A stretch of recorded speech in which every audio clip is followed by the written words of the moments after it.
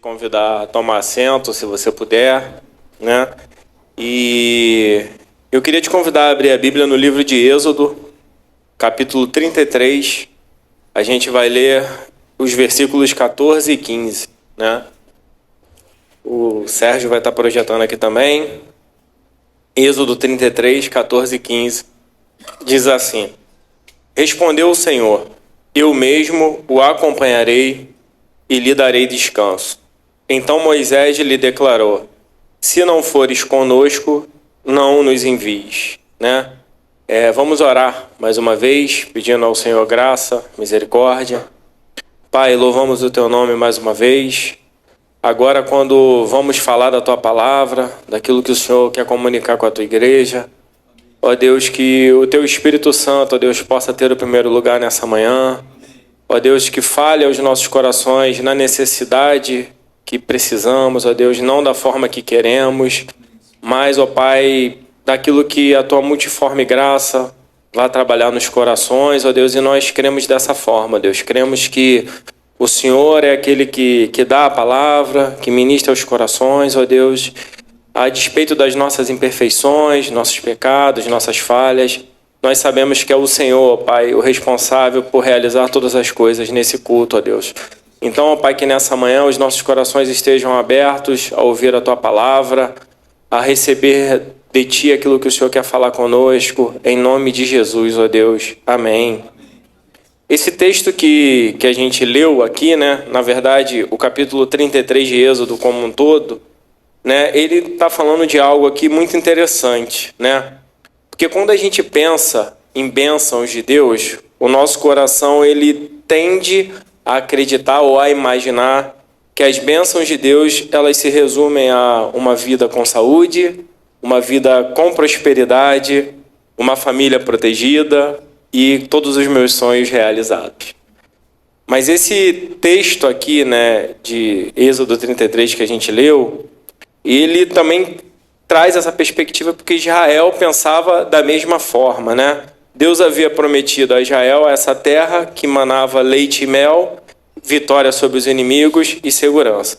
Mas nesse texto aqui, se você pegar o versículo 32, você vê que quando Moisés sobe para falar com Deus, e quando ele desce, rapidamente o povo israelita já tinha preparado um bezerro de ouro e já estava adorando esse bezerro de ouro. E aí Deus, ele diz assim, né, no versículos de 1 a 3 do versículo 33, do capítulo 33, Eu cumprirei a promessa, mas não estarei no meio de vós, ou no meio de vocês. Em outras palavras, o que Deus está dizendo para ele é o seguinte: tudo bem, vocês vão ter tudo que eu prometi, a minha palavra não vai voltar atrás, mas a minha presença não vai com vocês. E aí quando Deus ele declara isso, né, ele diz isso, a Bíblia vai dizer que o povo ele chora porque ele percebe que o pior não é perder as bênçãos que Deus havia prometido a eles. Mas, na verdade, o pior de tudo seria perder a presença do Senhor com eles, né? E na verdade, essa é a grande lição que está presente nesse texto, nesse capítulo 33 que a gente está lendo, né? Que a presença de Deus ela é a maior necessidade do seu povo. Então, por vezes, a gente se vê olhando para as mãos de Deus, pensando naquilo que Ele pode nos dar ou naquilo que Ele pode derramar sobre as nossas vidas. Mas, na verdade, eu queria te convidar, nessa manhã, a gente refletir sobre, na verdade, a não olhar para o Deus que pode nos abençoar, mas a gente olhar para esse Deus maravilhoso que um dia nos salvou. E como a falta dessa presença dele nas nossas vidas é danosa ao povo cristão, entre aspas. Hoje, se a gente for olhar o cenário evangélico, né, que a gente vive no Brasil, a gente percebe justamente isso. A gente olha um povo que está preocupado em buscar as bênçãos de Deus, a ter uma vida abençoada, a ter uma vida próspera, mas se esquece de buscar a presença de Deus, na verdade. E nesse capítulo de Êxodo 33, a gente vê algumas verdades. A primeira é que a vida sem a presença de Deus ela é vazia. A segunda é que Cristo é o mediador que nos garante comunhão com Deus. E a terceira é que a glória de Deus se revela em sua graça soberana. E a gente vai estar falando um pouco sobre esses pontos aqui nessa manhã, né? Então, na verdade, se a gente for ver, né, o Senhor, quando ele diz a Moisés: sobe daqui e eu enviarei um anjo diante de ti, mas eu não subirei no meio de ti. Israel tinha a terra prometida, tinha vitória, tinha anjos guardando a cidade deles, o povo deles. Mas eles entenderam que se Deus não estivesse com eles, tudo isso seria inútil ou seria em vão. E aí, quando eles percebem isso, o texto vai dizer que eles entram nessa situação de choro, de lamento, de tristeza, de angústia, né? E aí, com isso, o que eles fazem? Eles retiram deles os ornamentos como sinal de arrependimento. E aí é algo que, como eu disse, né, que a gente precisa fazer essa reflexão. Porque quantas vezes nós não nos pegamos buscando mais as dádivas de Deus ou aquilo que Deus pode nos dar do que o Deus propriamente doador que pode dar todas as coisas? Quantas às vezes querem estar no céu ou ir para o céu, mas não querem o Senhor do céu, que governa todas as coisas? Quantos de nós às vezes queremos ou nos vemos querendo as bênçãos materiais, mas não queremos buscar uma comunhão com Cristo que nos salvou? E aí o texto, ele traz a nós esse confronto, assim como está em Marcos 8,36, né? De que vale para o homem conquistar o mundo inteiro se a gente não tiver a presença de Deus. A gente vai viver um vazio existencial, um vazio na nossa alma. Não é difícil a gente olhar pessoas que ganharam o mundo nas riquezas, na fama, no poder, mas são pessoas extremamente vazias, onde vão buscar esse confronto em drogas, bebida, vícios, mulheres, homens. A gente percebe as pessoas vazias desse espaço que é de Deus, ou que deveria ser de Deus. A segunda coisa que a gente, olhando para o texto, a gente percebe é que, se você pegar o capítulo 33 de Êxodo e voltar lá nos versículos de 7 a 17, você vai perceber Moisés armando uma tenda para o encontro com Deus, fora do arraial, fora ali da comunidade ali. E aí, quando Moisés faz isso, o povo ele se coloca às portas das tendas e adora quando a nuvem desce, representando a presença de Deus ali. E aí a Escritura vai dizer no versículo 11 que o Senhor falava com Moisés face a face, como qualquer fala com o seu amigo. Aqui, nesse momento, a gente vê Moisés como um mediador entre o povo e Deus, né? Ele era o responsável por se consagrar e buscar ali a Deus e pegar naquele momento ali a orientação que Deus daria ao povo, né? E aí Moisés, nesse momento que ele vai para a tenda, ele vai interceder pelo povo dizendo: Senhor, se a tua presença não for conosco, não nos faça sair daqui. Moisés, ele entendia que o que diferenciava o povo de Israel das outras nações não era o poderio bélico, não era o número de pessoas, não era a terra que havia sido prometida, mas era a presença de Deus manifesta no meio do povo. Era isso que fazia toda a diferença para o povo de Israel.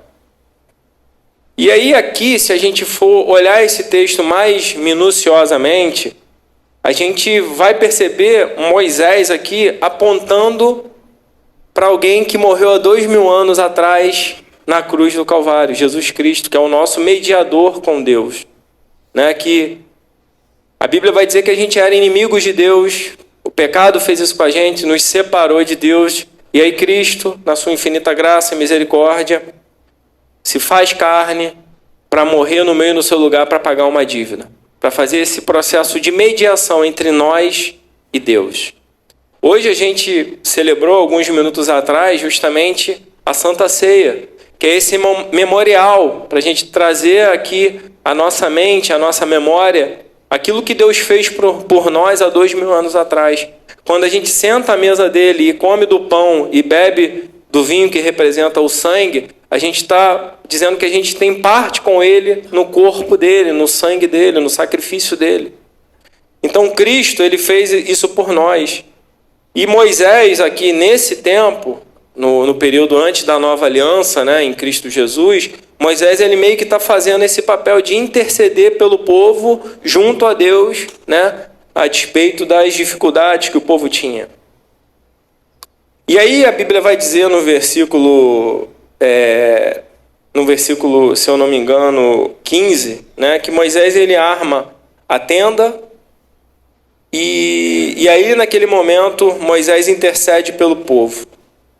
E aí enquanto Moisés arma a tenda fora do arraial, Cristo veio habitar entre nós. João 1,14 vai dizer que o Verbo se fez carne e habitou entre nós. Esse Verbo encarnado, Jesus Cristo. E aí a gente começa a pensar acerca disso e a gente percebe que o que distingue as igrejas hoje, não são os prédios, não são as músicas, não é a cor do teto, não é o marketing que é empenhado, não é a estratégia por trás de publicidade para fazer o avanço. O que distingue, na verdade, as igrejas hoje não é o número de membros, mas, na verdade, o que distingue as igrejas hoje é justamente essa presença gloriosa de Deus. E do que adianta da gente ter um prédio muito bonito, uma estrutura maravilhosa de louvor, de música? Não estou dizendo que isso é pecado ou é errado, não é isso que eu estou dizendo. Isso, se a gente tiver recurso de um dia fazer, amém por isso. Mas também se não tiver, amém por isso. Porque o que vai distinguir a gente enquanto povo de Deus é essa presença de Cristo manifesta no meio da nossa comunidade. E do que adianta tudo isso? Um prédio muito bonito, uma estrutura gloriosa, uma coisa marcada talvez até pelo luxo, digamos assim, né? Pela pompa, pela circunstância. Mas se Cristo não estiver no meio de nós. Sabe o que tudo isso vira? Se você tiver toda a estrutura, se você tiver todo o desempenho, se você tiver tudo aquilo que os nossos olhos até podem ser convencidos de caramba, é sucesso, né? É bonito de se ver. Mas sabe o que isso tudo se torna sem a presença de Cristo, sem a presença manifesta de Cristo no meio do povo? Apenas uma associação humana, um clube, onde as pessoas vão para se encontrar, onde as pessoas vão para fazer qualquer tipo de coisa, mas não desfrutam dessa presença de Deus. E aí você deve estar se perguntando, poxa, mas aonde a glória de Deus ela vai se revelar? Né? No versículo de 18 a 23, eu queria ler com você Êxodo 33, dos versículos de 18 a 23. Diz assim: Então disse Moisés, peço-te que me mostres a tua glória. E respondeu, diante de você farei passar toda a minha bondade, e diante de você proclamarei o meu nome, o Senhor. Terei misericórdia de quem eu quiser ter misericórdia, e terei compaixão de quem eu quiser ter compaixão. E acrescentou, você não poderá ver a minha face, porque ninguém poderá ver-me e continuar vivo. E prosseguiu o Senhor, há aqui um lugar perto de mim, onde você ficará, em cima de uma rocha. Quando a minha glória passar, eu o colocarei numa fenda da rocha e o cobrirei com a minha mão até que eu tenha acabado de passar. Então tirarei a minha mão e você verá as minhas costas, mas a minha face ninguém poderá ver. O texto, como a gente leu anteriormente no outro versículo, dizia que Moisés falava com Deus como a quem falava um amigo, face a face. Ou seja, isso mostra para nós que Moisés, ele tinha intimidade com o Senhor. Ele tinha intimidade com Deus. Porque ele entrava nesse lugar e falava com Deus face a face. E numa dessas vezes que Moisés entra na presença de Deus, ele diz no versículo 18 que a gente leu: rogo-te que me mostres a tua glória. Moisés, aqui nesse momento, ele já tinha visto sinais que Deus fez, abrindo o Mar Vermelho, né? Tudo aquilo que a gente conhece da história. Ele já tinha visto o Sinai, o Monte Sinai, tremer, sacudir. Mas Moisés aqui, ele queria ver mais, ele queria entender mais. E aí ele chega a Deus e fala: Senhor, eu rogo-te que me mostres a tua glória. E aí Deus responde para ele: farei passar toda a minha bondade diante de ti e proclamarei o nome do Senhor, terei misericórdia de quem eu tiver misericórdia. E aí aqui a gente precisa perceber algo, que a glória de Deus, ela não é apenas um esplendor visível, algo que a gente consegue sentir, ai, me arrepiei, a presença de Deus, ela está aqui. Ela vai muito além do que isso. O Senhor mostra aqui nessa parte que ele tem uma liberdade absoluta, ou seja, ele é o soberano, é ele quem concede, como o texto diz, misericórdia a quem ele quer, ele mostra a quem ele quer, ele faz o que ele quer, porque o soberano é ele. E aí Moisés, ele entende que aqui ele não poderia ver a face de Deus e viver, e continuar vivendo, por tamanha glória, por tamanho poder.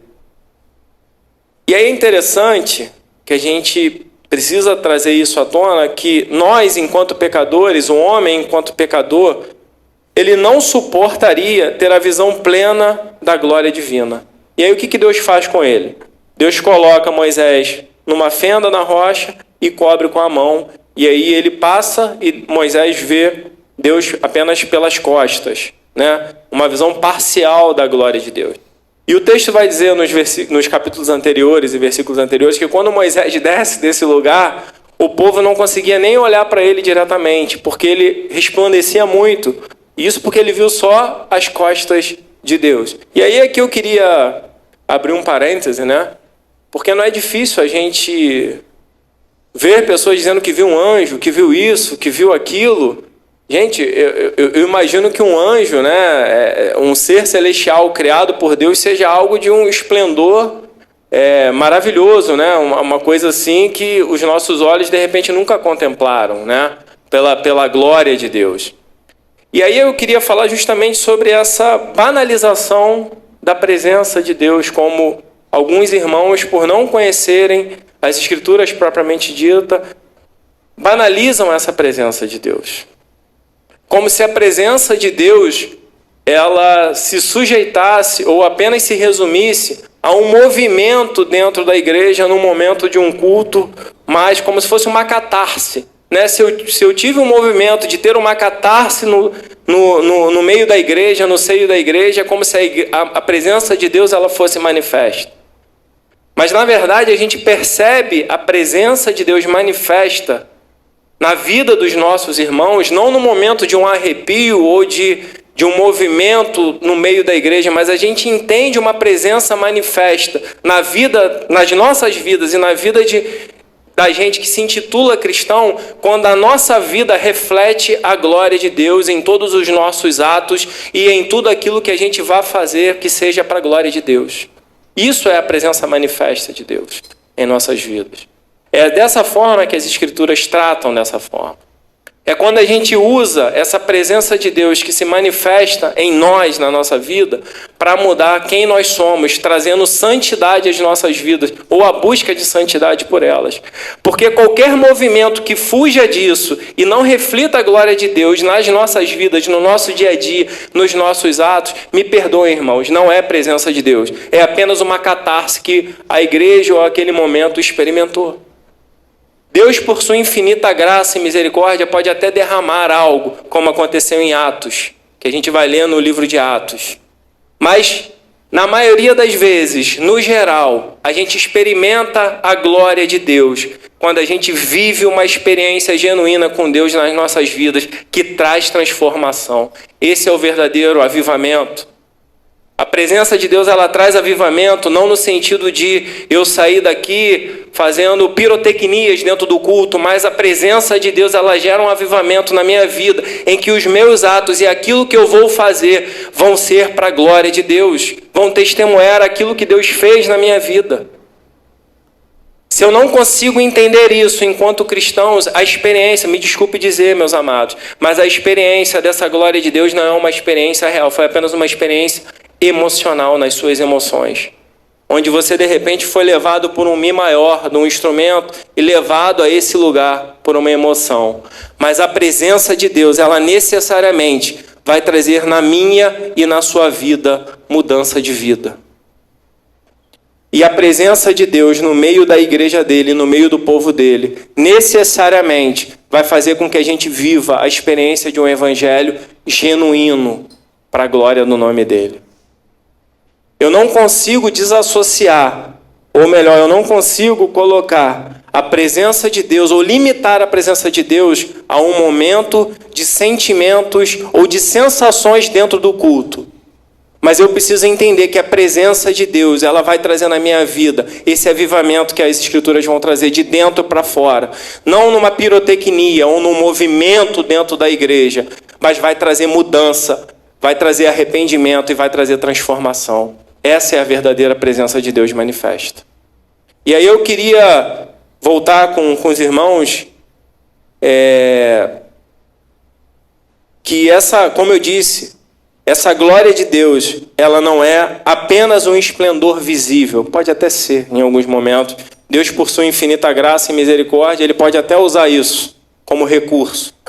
Mas a glória de Deus, ela tem que refletir a bondade e o caráter dEle nas nossas vidas, através da sua soberana graça.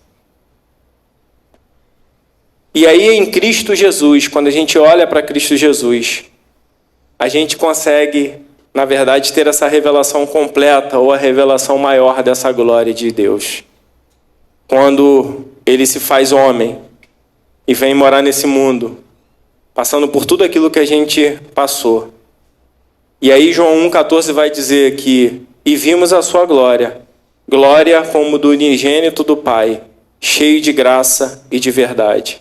E hoje a gente consegue contemplar essa glória pela fé. E um dia na eternidade, Apocalipse 22:4 vai dizer que a gente vai contemplar face a face também.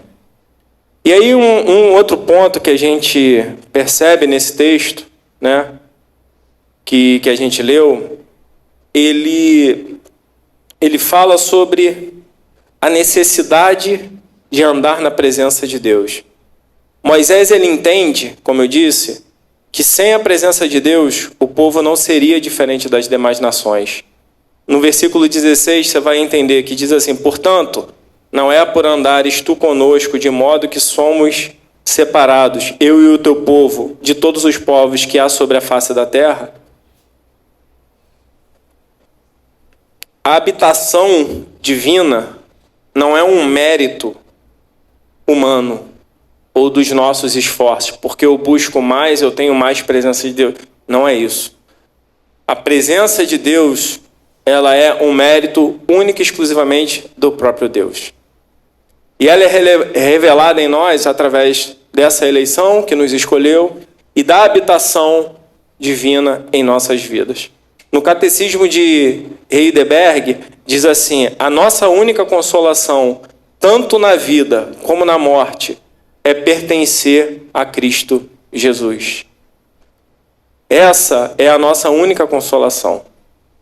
E sem a presença de Deus, como eu disse, a religião, ela vira um ritual vazio, o culto vira uma forma sem vida. Eu vim para cumprir protocolo, eu não vim para entregar nada. Eu vim porque a convenção social me diz que eu tenho que estar aqui no domingo, que eu tenho que encontrar os meus irmãos, porque fica bem eu ser hoje em dia cristão, pai de família, né? Pega bem, vira um ritual vazio. E o principal, o crente, ele acaba perdendo a sua identidade espiritual de quem ele é em Cristo Jesus. Já com a presença de Deus, a Bíblia vai nos assegurar que até o deserto ele vai florescer com o maná que Deus vai enviar.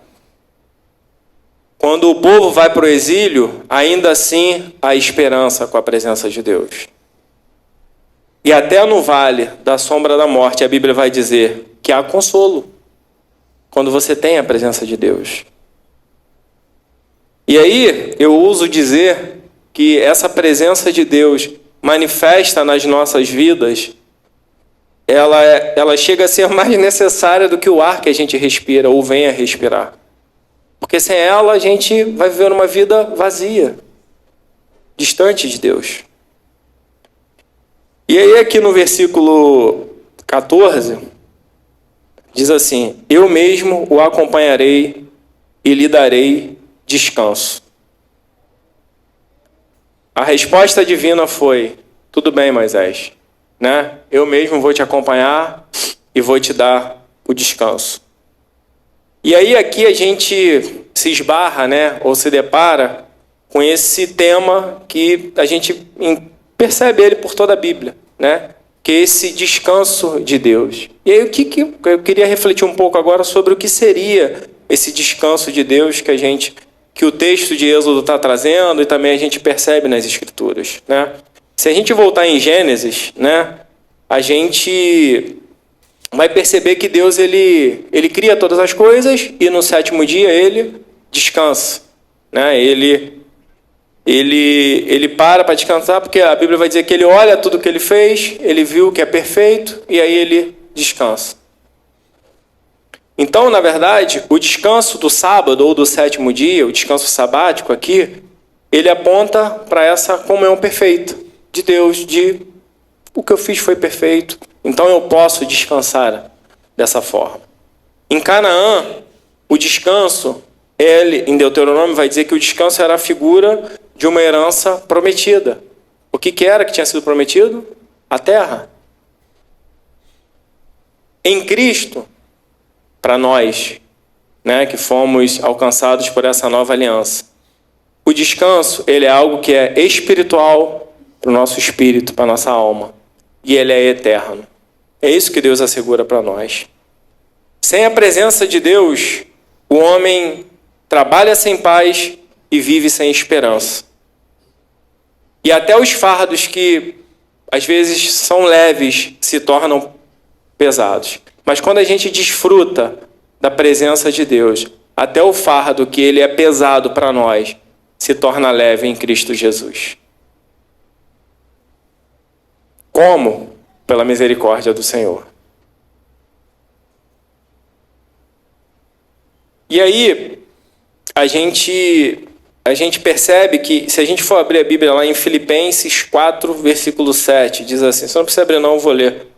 Diz assim, Filipenses, acho que roubaram Filipenses aqui na minha Bíblia, Filipenses 4, 7, diz assim, e a paz de Deus, que excede todo entendimento, guardará o coração e a mente de vocês. Em quem? Em Cristo Jesus. Repare que o que o texto de Filipenses está trazendo não é uma ausência de lutas, como muitos vão dizer, venha para Jesus e pare de sofrer. Não é isso que o texto diz, que o texto bíblico diz, que as Escrituras nos asseguram. As Escrituras nos asseguram que, ainda que a gente esteja enfrentando lutas, a gente pode confiar em Cristo Jesus, que Ele mesmo, por meio dele, vai garantir a paz para as nossas almas. Mateus 28, 20, diz assim, vou ler também, irmãos. Mateus 28, 20.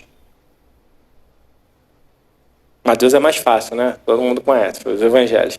Mateus 28, 20 diz, ensinando-os a obedecer a tudo o que eu ordenei a vocês. E eu estarei sempre com vocês até o final dos tempos. O descanso que as Escrituras prometem, Filipenses 4,7, essa paz presente, ainda que esteja enfrentando dores, sofrimento e lutas. A segurança futura, que eu estarei convosco até o final dos dias. E a esperança eterna, como está lá em Apocalipse 21, 3 e 4, que diz assim, 21, 3 e 4. Ouvi uma forte voz que vinha do trono e dizia: agora o tabernáculo de Deus está com os homens, com os quais ele viverá. Eles serão os seus povos, o próprio Deus estará com eles e será o seu Deus. Ele enxugará dos olhos toda lágrima.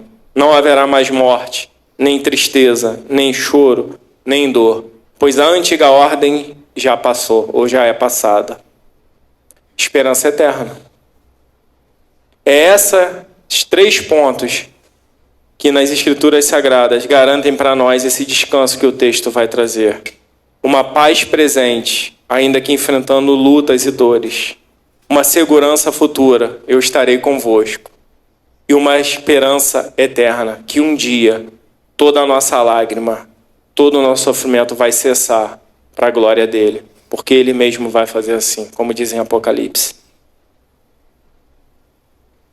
Antigamente, a presença de Deus era mostrada, antes de Cristo. Em Êxodo lá, você vai ver através da nuvem e do fogo, representando a presença dele. Ou no tabernáculo, quando o sumo sacerdote entrava lá para fazer. E até mesmo no templo, Era tanto que Davi, ele queria reconstruir o templo, não reconstrói, quem reconstrói é o filho dele, Salomão, Então isso tudo representava, já foi a Arca da Aliança, que quando eles iam para a guerra tinha que levar a arca representando a presença de Deus ali na batalha, Mas isso tudo, na verdade, apontava para Cristo. E João vai declarar em João 1,14, como eu disse, e o verbo se fez carne e habitou ou tabernaculou entre nós. Sabe o que isso quer dizer, gente? Quando João está dizendo isso, que o verbo se fez carne e habitou entre nós. Já pararam para pensar no que João está querendo trazer aqui? Ele está trazendo essa referência do Deus que é Emanuel, o Deus que é Deus conosco. É a presença de Deus encarnada. É a segurança que ele nos dá também. É essa presença nas nossas vidas. Se a gente for ver, olhando as passagens dos evangelhos, que narram ali a vida de Jesus, você vai perceber que aonde Cristo ia ou ele estava, o reino se manifestava. Na cruz, ele foi abandonado, entre aspas, que ele disse: Senhor, Deus meu, por que me desamparaste? E aquilo ali que acontece na cruz do Calvário é porque a carga de pecado da humanidade estava sobre ele. E aí, naquele momento, ele acha que Deus o tinha abandonado. Mas, na verdade, isso acontece para que nós nunca mais fôssemos abandonados. Por isso que a Bíblia vai dizer que ele levou sobre si as nossas dores, as nossas enfermidades, o nosso pecado. E o castigo estava sobre ele. E é esse castigo que hoje nos garante a paz, o descanso em Cristo Jesus. Se a gente for olhar Coríntios lá, na figura lá do Pentecostes, o Espírito Santo, ele foi derramado naquele momento, não para que houvesse pirotecnia novamente, mas o Espírito Santo, no Pentecostes, ele foi derramado na vida de cada um de nós, para que nós, cristãos, ou cada crente, pudesse ser templo do Espírito Santo de Deus, o templo do Deus vivo. Então, na verdade, a presença poderosa, manifesta, está dentro de nós. E aí, consequentemente, quando a gente se reúne numa comunidade de fé para cultuar o nome dele, essa presença de Deus se manifesta também.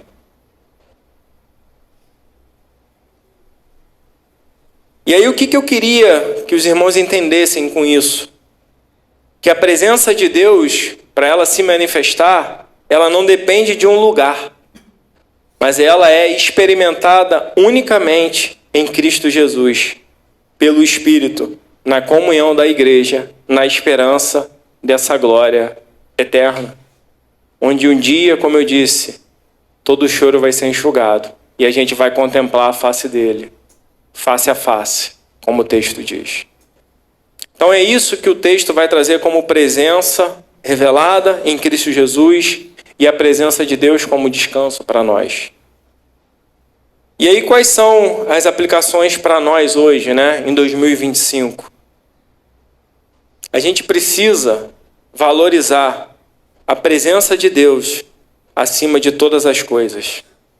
Muitos de nós, por vezes, podemos estar, como eu disse, buscando as mãos de Deus. O Deus que pode fazer as coisas na minha vida, que pode acrescentar coisas na minha vida. Mas a gente, por vezes, se esquece de buscar o Deus doador. Como Moisés disse lá em Êxodo: Senhor, se tu não fores comigo, eu não quero seguir adiante. Porque é a presença de Deus que faz toda a diferença. Então a gente precisa valorizar essa presença de Deus em nós. E como que a gente faz isso? Cultivando a comunhão com Deus diariamente. Através de uma vida de oração sincera perante o Senhor. Não em segundo lugar, né, mas não em menor lugar, mas buscando conhecimento das Escrituras, daquilo que Deus deixou, e meditando nisso, nesse livro que Ele deixou para nós, nesse texto sagrado, e buscando uma vida de santidade que agrade a Ele. E aí, com isso, né, a gente vai conseguir ter esse descanso que o texto promete para nós, nas promessas de Cristo.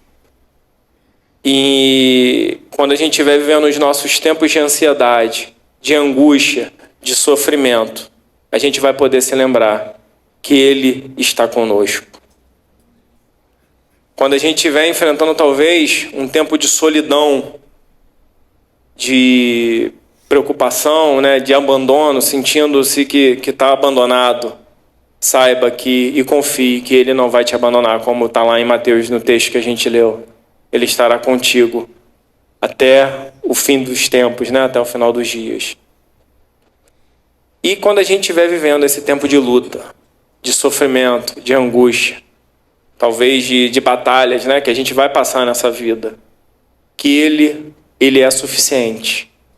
E Ele é poderoso para nos dar o descanso eterno que a nossa alma precisa. É somente em Cristo Jesus que a gente vai encontrar essas coisas. E aí, na verdade, eu queria te convidar nessa manhã a gente fazer essa oração que Moisés fez, né?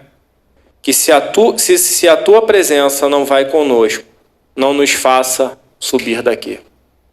De nada adianta, meus amados, ter uma vida muito bem sucedida aos olhos humanos, muito dinheiro na conta bancária, saúde para dar em vender, sabe, posses, tudo aquilo que o mundo vai definir como sucesso. Se eu não tiver a presença de Deus manifesta na minha vida, de nada disso adianta, porque você vai viver uma vida vazia. E se você, por vezes, tem vindo nesse lugar e tem experimentado, talvez, essa experiência de ter um culto vazio, né, de entregar um culto vazio, saiba que é necessário buscar essa presença de Deus da forma correta, como as Escrituras colocam para nós. E que essa presença manifesta em nós, o Cristo que habita em nós, Ele possa trazer para nós a mudança que as nossas vidas precisam. Que os nossos atos, que aquilo que a gente vai fazer de forma prática, reflitam a glória de Deus. Porque isso é a presença manifesta em nós. Quando eu olho para os meus negócios, quando eu olho para o meu trabalho, quando eu olho para a minha vida em família, quando eu olho para a minha vida conjugal, e eu entendo que todas as áreas da minha vida, elas precisam refletir a glória de Deus. E aí, se eu observo que esses pontos na minha vida refletem a glória de Deus, eu posso ter a certeza e a convicção que existe uma presença gloriosa de Cristo Jesus habitando no teu coração e na tua vida. Então, que isso possa ser uma realidade. O maior tesouro da igreja, do povo de Deus, não é a prosperidade, não é a influência política, não é a influência na cidade, mas, na verdade, o maior tesouro da igreja é a presença do Senhor Jesus nos nossos corações e habitando em nosso meio. E a promessa de Cristo, de novo, é clara em Mateus 28:20. Eis que estou convosco todos os dias, até a consumação do século. que essa possa ser uma verdade em nossos corações nessa manhã. Que a presença de Cristo, ela é suficiente para mudar as nossas vidas e para acrescentar aos nossos corações aquilo que os nossos corações necessitam. E que se a presença de Deus não for conosco, ou se a gente estiver fazendo algo em que a gente não pode levar a presença de Deus conosco, reveja isso que você está fazendo, meu irmão. Porque a presença de Deus nas nossas vidas vai trazer esse avivamento verdadeiro que a gente está falando, genuíno, que é de dentro para fora, onde vai mudar a minha vida, vai mudar a vida ao meu redor. Não numa pirotecnia, não num movimento não é isso. De fogos de artifício, não é isso. Mas o verdadeiro avivamento e presença de Deus traz para nós mudança de vida e intimidade com Ele. Amém? Queria te convidar a se colocar de pé.